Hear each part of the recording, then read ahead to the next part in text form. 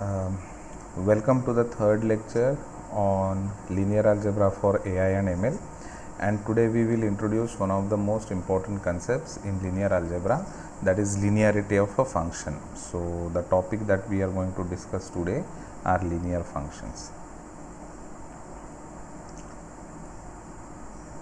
So I am using a special word, linear functional, first. So functional is a special type of function. We will see what this functional is. So the first thing that I wanted to see is that the notation of function. So we are looking at functions of this type f going from Rn to R. So any n vector x1, x2 up to xn is getting mapped to some real number. And how does this vector gets mapped to some real number? It gets mapped to some real number through the function f, through the law f. So for example, this function x1 square plus x2 square plus 2x1, x2, x3 up to xn. This is one law in which I can relate this vector x1 up to xn, this vector, with this particular scalar. That's the mapping. So that's one type of function, and the functions that we are really interested in looking at in this particular chapter are the functions which satisfy certain important properties for us. The functions will be called as linear functionals. Okay, so the notation is so this particular number I will sometimes represent as f of x1, x2 up to xn, which is same as f of x. If you remember, our notation x is actually the n vector x1, x2, xn. So all these different types of notations I will use interchangeably to determine the functions. So for example, one very interesting function that we have seen so far, which is a function from Rn to R, is the following. So fix some vector a in Rn, and I can define a function f. I will denote it by f sub a from Rn to R as f a of x is equal to a transpose x. So what is this function? This function, the formula is basically ai xi summation I going from 1 to n. So that's the formula that I am looking at. So that's the function fa. That's how I am defining, which is nothing but the inner product of vector a with scalar x. So other way of looking at this function is that every vector x is going to a scalar a transpose x. That's the function that I am defining. And one very interesting property of this function is following. So for any scalars alpha and beta belonging to R, one interesting thing to note is that fa of alpha x plus beta y is actually alpha times fa of x plus beta times fa of y. So this is a very interesting property. This property is called as superposition and linearity property. So this property is called as superposition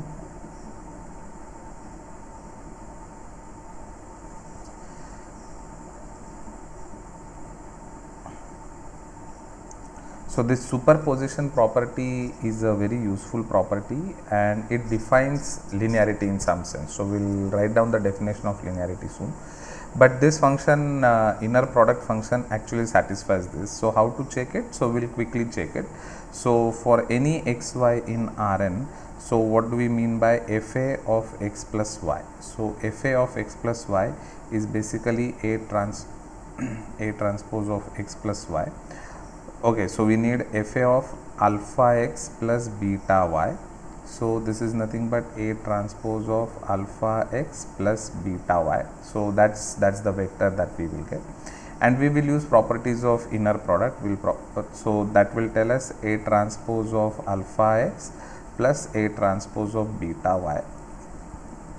So this is a property of inner product, and this will further let us a transpose of x plus beta into a transpose of y, which means that alpha into fa x plus beta into fa y. So this is something that is really very useful. So this superposition principle or superposition property is satisfied by this particular inner product function, and this is a very special property. Please see that the function that I chose here, this particular function does not satisfy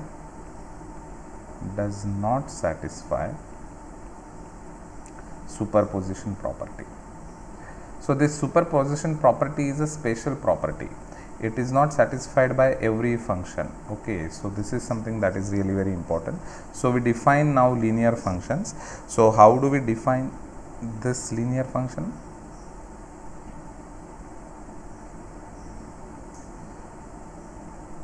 So a function f from Rn to R is said to be linear.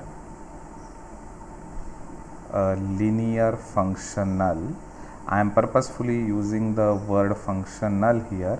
The reason why I am using the word functional here is because I am looking at functions from Rn to R. Okay, I am looking at functions from Rn to R.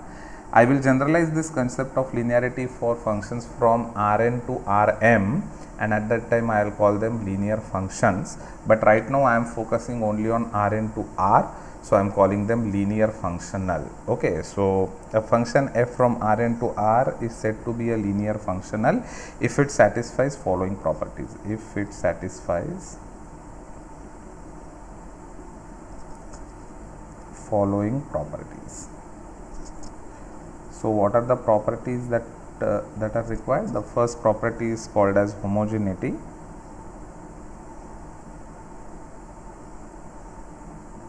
So what is this homogeneity property? So for any vector x and y in Rn, what we should have, f of x plus y is actually equal to fx plus fy. So this property that I wrote down here basically is the homogeneity property. So this property basically is homogeneity property. And the second property is,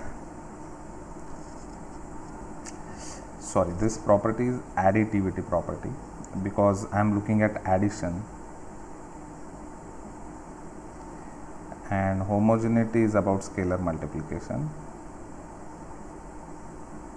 So what is homogeneity property? For every scalar alpha and a vector in Rn, I should have f of alpha x as alpha times f of x.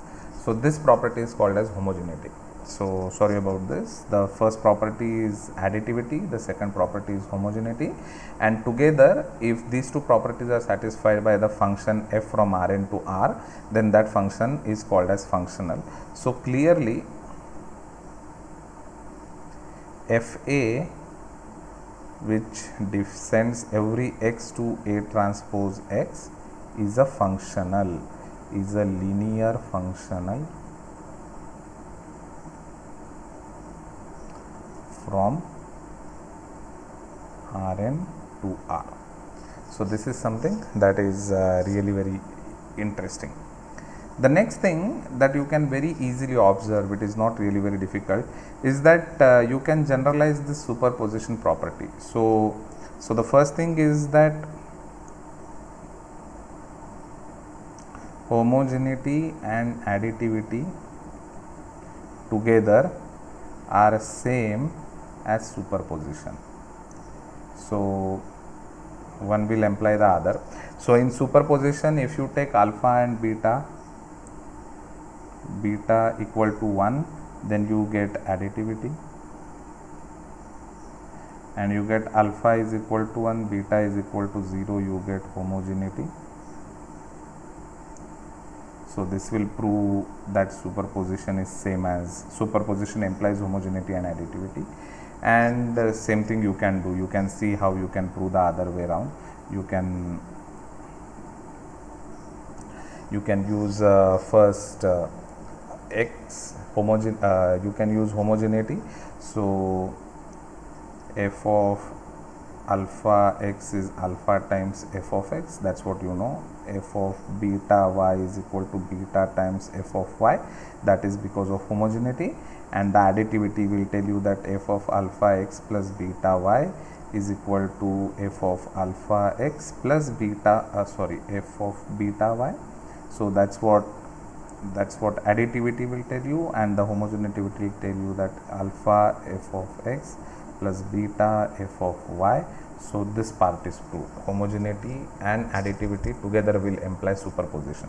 So they are basically the same property, superposition or homogeneity and additivity. So we can use any of these two properties interchangeably to prove that a function f is a linear functional.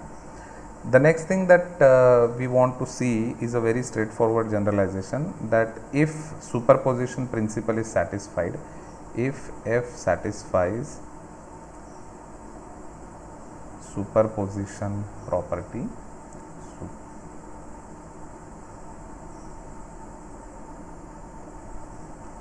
then what happens?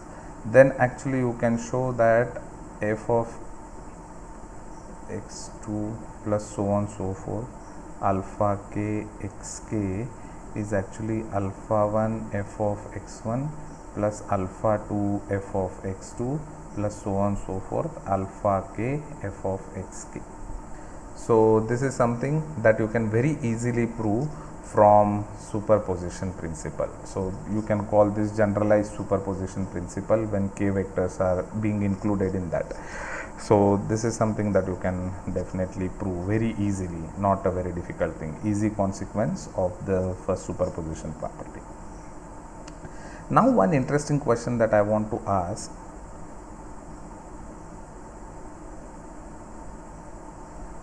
is the following. So suppose f from Rn to R, so let this be a linear functional. So this is an arbitrary linear functional that I have. Can I characterize this arbitrary linear functional? That's the question I am asking. So what am I really saying? So for example, first convince yourself that this is a linear functional. F sending x to x1 plus x2 plus xn. So I hope you all agree that this is a linear functional.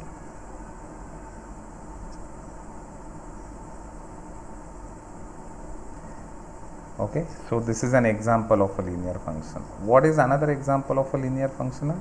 Is x, every x going to 0, is this a linear functional? Yes, it's a linear functional.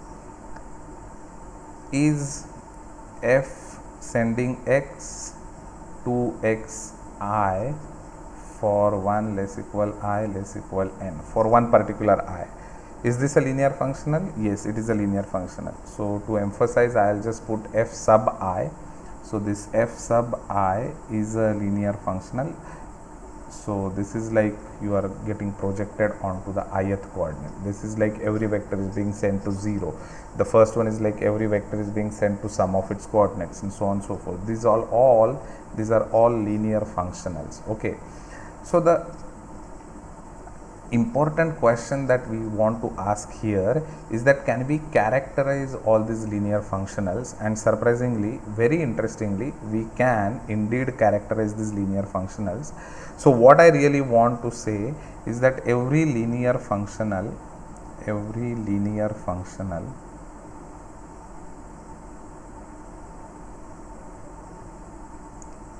is an inner product.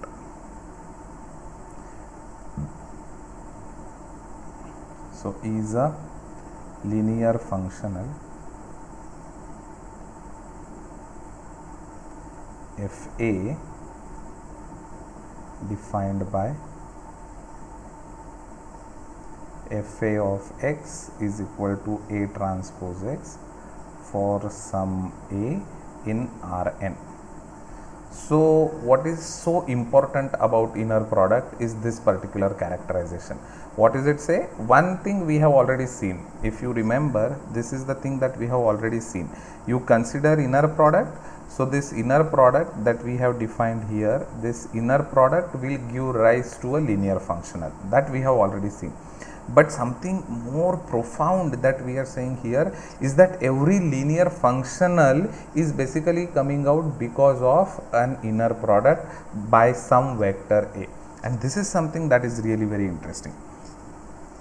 Okay, so how do we show this? The way we show this is the following. So remember, a vector x can be written as x1 e1 plus x2 e2 plus xn en. What is this? This is nothing but linear combination, and you remember we had also used a word unique. Okay, unique linear combination of unit vectors. So every vector x, we have already seen, can be written as a linear combination of unit vectors. And now what I do is I write f of x. So by definition, f of x is equal to f of x1 e1 x2 e2 plus so on so forth xn en. So this is how I can write down this. But because I know that f is a linear functional, every linear functional I will write down in the bracket f. So because I know that f is a linear functional, it satisfies the superposition property and it satisfies the generalized superposition property. So I can write this down as x1 f e1 plus x2 f e2 plus so on so forth xn f en. So this is what I will write down, and let A to be equal to the vector f e1 up to f en. So this is a n length vector, so it belongs to Rn, and then from this equation we can say that f of x actually is equal to A transpose into x, where A is given by this particular vector. So you see, I have been able to write down the linear functional in this particular form. But what is the guarantee that this f is unique? So it might so happen that there might exist another vector b such that this is true. So let us write that argument. Okay, so the representation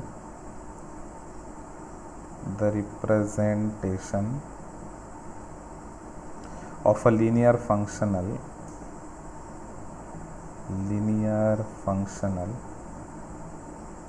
f from Rn to R as f of x is equal to A transpose x, which is same as f A x, that linear functional, is unique.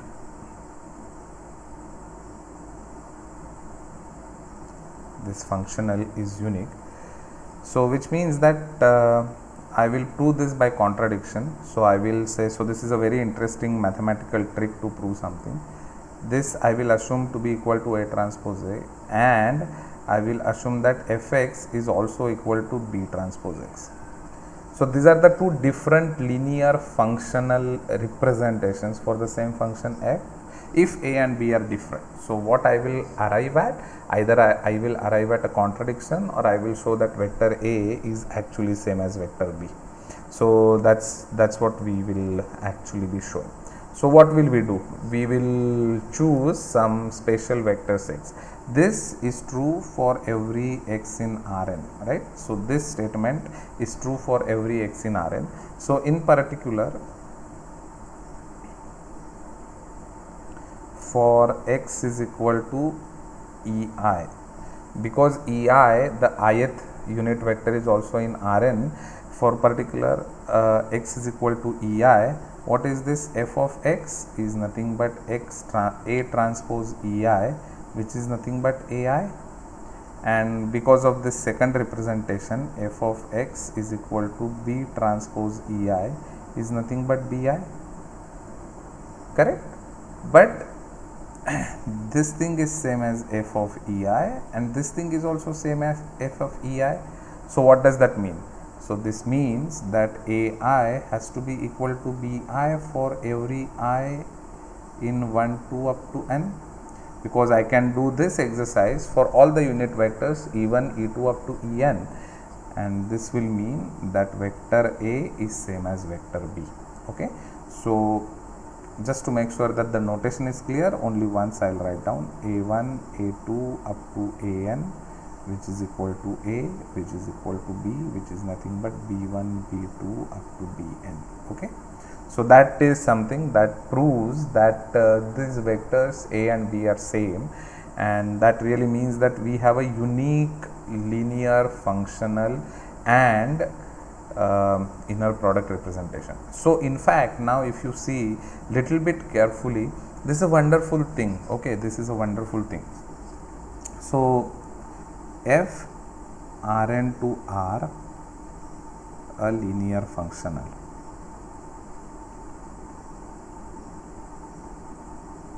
Okay, and there is a vector A in Rn.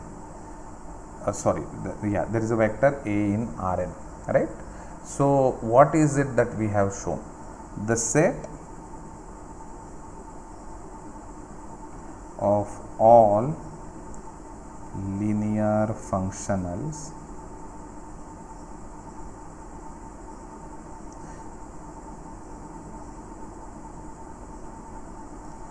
from Rn to R. So this set in some way is same as this Rn itself, because every vector in A will give rise to a linear functional. And what did we show just now? Is that every linear functional will correspond to a unit vector A in Rn, such that that linear functional is actually given by inner product with respect to that vector A in Rn. So we have actually established a one-to-one correspondence between the set of all linear functionals from Rn to R with respect to Rn itself. Okay, so in advanced notation, this set is called as Rn star, and we have shown that this Rn star is actually equal to Rn. So set of all linear functionals from Rn to R is actually denoted by Rn star, and this we have shown is actually same as Rn itself. So that is something that is really very interesting and one of the most important results in mathematics. And if you are a student of pure mathematics, then you will realize that this forms a basis in a very important subject called functional analysis. So it's not for us right now, but it's a very important and wonderful result of linear algebra. That's one thing that I wanted to talk about. So let us see few examples. Of this linear functionals. So the first example of course is f of x is given by x1 plus x2 plus xn. I already showed that example to you. I can modify it a bit and I can divide it by n, which is nothing but average of x. So this is a linear functional. And why is this a linear functional? Because we saw already that this is nothing but 1 transpose divided by n into vector x. That's the inner product that you are really looking at. So this is the inner product. So this particular vector here, is your A. So you have this A transpose into x. So if you can write any function as A transpose into x, then that's a linear function. So this average is a linear function. So we'll just go back and quickly try to understand what are those linear functions that we really looked at. So fx, which was nothing but sum of coordinates. So this was basically 1 transpose into x. So that's the inner product. So the vector A is basically equal to all ones. Then I think f of x equal to xi, that projection thing that we were looking at. So this is nothing but ei transpose x, where ei transpose, so A is equal to ei, the ith unit vector. So this is something that is really very interesting. And a slight generalization. Okay, so before I forget, let me put one more example. So f of x to be equal to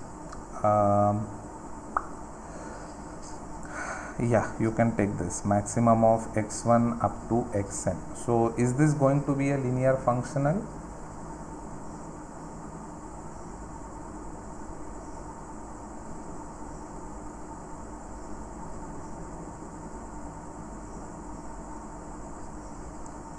The answer is no, and I urge you to find out why this is not a linear functional. We'll look at this example in tutorial class if you cannot solve it right now, but for the time being I want you to give it a go for this f of x to be equal to maximum of x1 x2 up to xn. A slight modification that I want to look at this linear functionals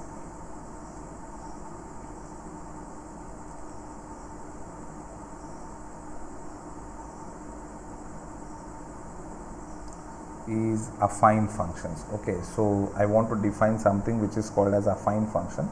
So what is the affine function? Affine function is very similar to linear function only for one thing. So what is that one thing? So f from Rn to R is called as an affine function when f of alpha x plus beta y is actually alpha fx plus beta fy. So far this is the superposition principle, linearity, but now I will add one constraint here, whenever alpha plus beta is equal to 1. So this superposition principle need not be true for any alpha beta in R,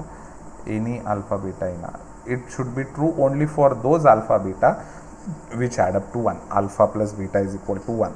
So this is called as an affine function. So clearly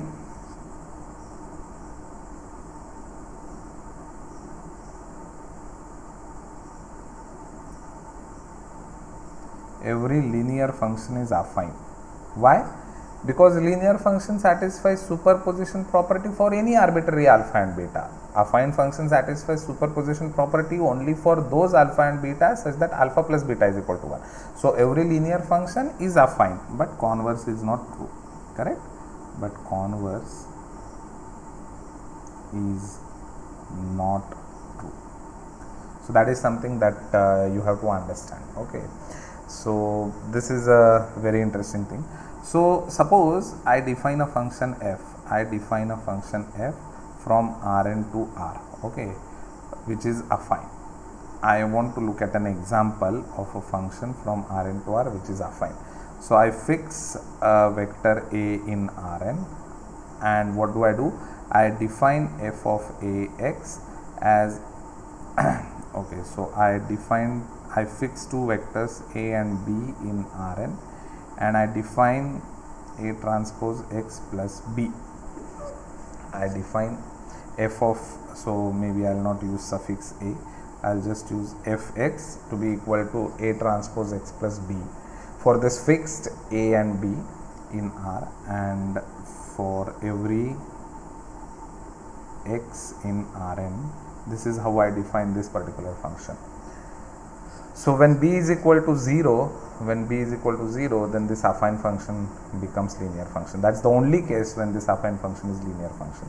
At every other place, when b is not equal to 0, this affine function is not a linear function. Okay, and I urge you to look at why it is not. You will see that the additivity property, the homogeneity property and additivity property will not hold true, right? What is the culprit? You can see that this term b that is appearing here is actually the culprit, and if this b were equal to 0, then there is no problem. B equal to 0, then the function becomes linear, but for every non-zero b, this is an affine function. And how do you show that this is affine function? So I am just giving you the formula, but we have not actually shown that this is an affine function. So what is the definition of affine function? You look at the superposition principle when alpha plus beta is equal to 1. So let's try to do that, right? So let f of alpha x plus beta y. So f of alpha x plus beta y. So by definition, what is it? It is A transpose alpha x plus beta y plus b. I suppose you understand what is happening. So this f is sending anything sitting inside this bracket to this particular formula. So this goes here. So this is called argument of the function. So now what is the argument of the function? The argument of function is this green highlighted vector alpha x plus beta y. So this is what happened to the argument. So that is what we have written here, right? So this is what you have. So if you agree this is what you will get, then how do we simplify this? So simplification is not very difficult. So you have alpha A transpose x plus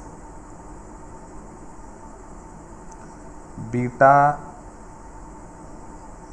A transpose y plus, I will write this down as alpha plus beta b, because alpha plus beta is equal to 1, since alpha plus beta is equal to 1. So this 1 into b, I am replacing this 1 by alpha plus beta. So this is just inner product simplification, these two terms, and instead of that 1 I am writing this. So that's the trick that I am using, and I am allowed to use this trick because alpha plus beta is equal to 1. So in superposition principle, the scalars have to satisfy this particular property. So I am making use of that particular property now. And if you agree to this, then I will collect the terms together, and what do I get? I get alpha A transpose x plus alpha b plus okay, so I made a little mistake here. So this is beta into A transpose y, right? So this you get beta A transpose y plus beta b, right? That's what you will get here. And once you get that, you can write this down: alpha A transpose x plus b plus beta A transpose y plus b, which is nothing but alpha into f of x plus beta into f of y.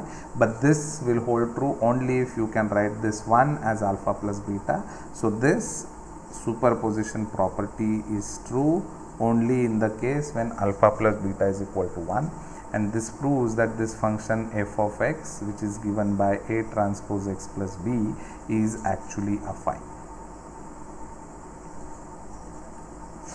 So this is something that is really very crucial function, and this is a function, this affine function plays a very important role in one of the most important applications of AI/ML, in regression. Okay, so in regression you use this affine function everywhere. For those who are interested in math and for those who really remember their maths 1, the calculus of several variable course completely, will realize that this affine approximation of a function comes in through Taylor series expansion. So you can write down the Taylor series expansion, and that Taylor series expansion, every function f, the nonlinearity, you can in a very small neighborhood approximate by an affine function, right? So that is the Taylor's theorem. So Taylor's theorem really is relying on this affine function property if you just look at linear approximation of the function. So that is something that is really very important. So this affine function has its applications many different places, and one of the most important for us is the regression. We will look at it a little later in more details. So this is about affine functions, and I'll just say that function approximation little more. So for example, if this is the non-linear function, so this is a non-linear function that you have, then at this particular point A, x is equal to A, you can actually approximate the function by this affine line. So this actually is the tangent line, and this tangent line is basically the affine function of x, right? So this is something that is really very important.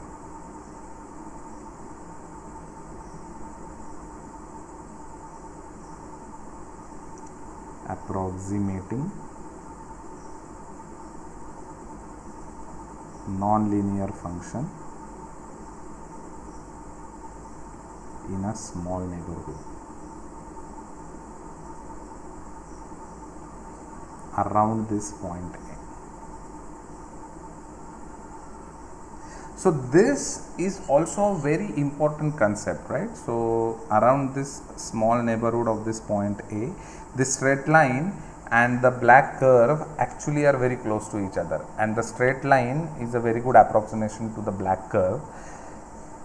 It might be true for a very small interval around the point A, but it will always happen. That's what Taylor's theorem is saying. And you have to understand that such a principle comes in handy, really handy, in modeling many non-linear phenomena in real life applications. So in many real life applications, you will see that a non-linear phenomena is locally approximated by a linear is an abuse here, actually an affine function. So that is something that is extremely important. So there are many applications of this. So for example, something that is called as lazy learning or just in time learning is completely based on this idea, completely based on this principle, that locally a non-linear function can be approximated by an affine function. So that's something that is really very important. And why affine functions are really very important? Because affine functions will be of this particular form, A transpose X plus B, and they are very easy to manipulate. Once you know what is A and what is B, then you are done. The A and B will completely characterize this affine function. So that is why this is something that is really very important. This application plays a very crucial role, very important role in this non-linear characteristic modeling. So we will look at these type of applications. We'll look at these type of applications little later. And one of the important things that I want to say before we sort of close today's lecture is the following. So we have proved a result here which says that every linear functional can be identified with an inner product A transpose X. Similarly, every affine function from Rn to R, every affine function from Rn to R is of the form. So every affine function from Rn to R is of the form A transpose X plus B for some A and B. So what is the objective? The objective is to find out such a vector A and B such that you will be able to write down the affine function fx as A transpose X plus B. And what is the hint? The hint is the following. You can write down f of x like f of 0 but x1 into f of e1 minus f of 0 plus so on so forth plus xn into f of en minus f of 0. So that is how you can write down this function f of x, and then this f of x basically the AIs are nothing but f of ei minus f of 0 and b is actually f of 0. So this b vector is given by this, the coordinates of a vector or the components of a vector are given by this, and with this you can actually show that every affine function can be written in the form A transpose B. So that is something that is very crucial. Exactly similar result, exactly analogous result to that of linear functionals. So that is something that is very useful to know, and because of such characterization, this type of application has a great potential, because in this particular term, instead of knowing the complete non-linearity, you just need to know two vectors A and B. If you know two vectors from A and B, then your job is done. You know the non-linear function locally, which is nothing but an affine function given by those vectors A and B. So that's the application to AI and ML, and that's the importance why we are really interested in affine functions. So what did we learn today? So we learnt linear functionals.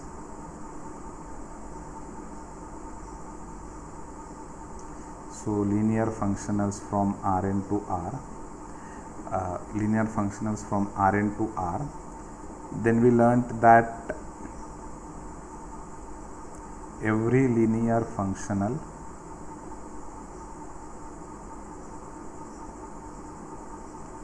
from Rn to R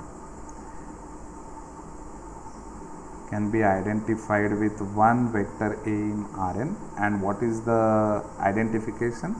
Fx is equal to A transpose X. That's the identification. So maybe I'll write it in this particular way: functional f from Rn to R, and how do Fx is equal to A transpose X. That's the identification. And then we learned something about affine functions from Rn to R.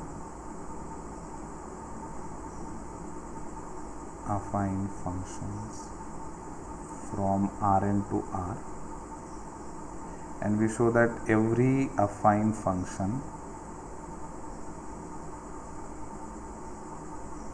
f from Rn to R actually can be fixed by two vectors A and B in Rn, and what is the relationship? Is A transpose X plus B for that fixed A and B. And what is the applications of all of this in AI and ML? The applications of all of this in AI and ML, the affine functions arise in regression analysis and approximating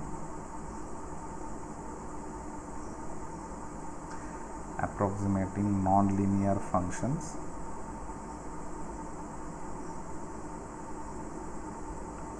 by an affine function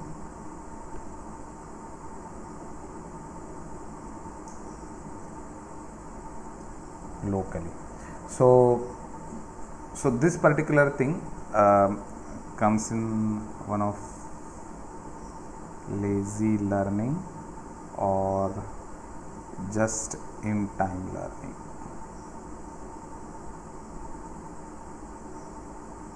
So this particular thing has applications, they go by the name lazy learning or just in time modeling.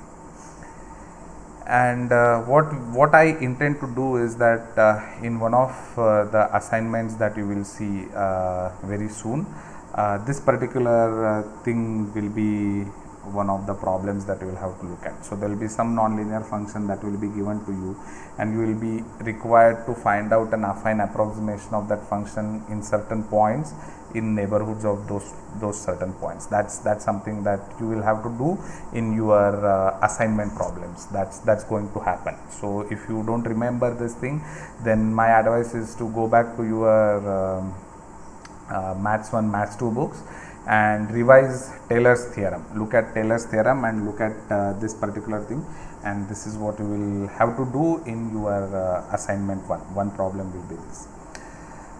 Thank you very much.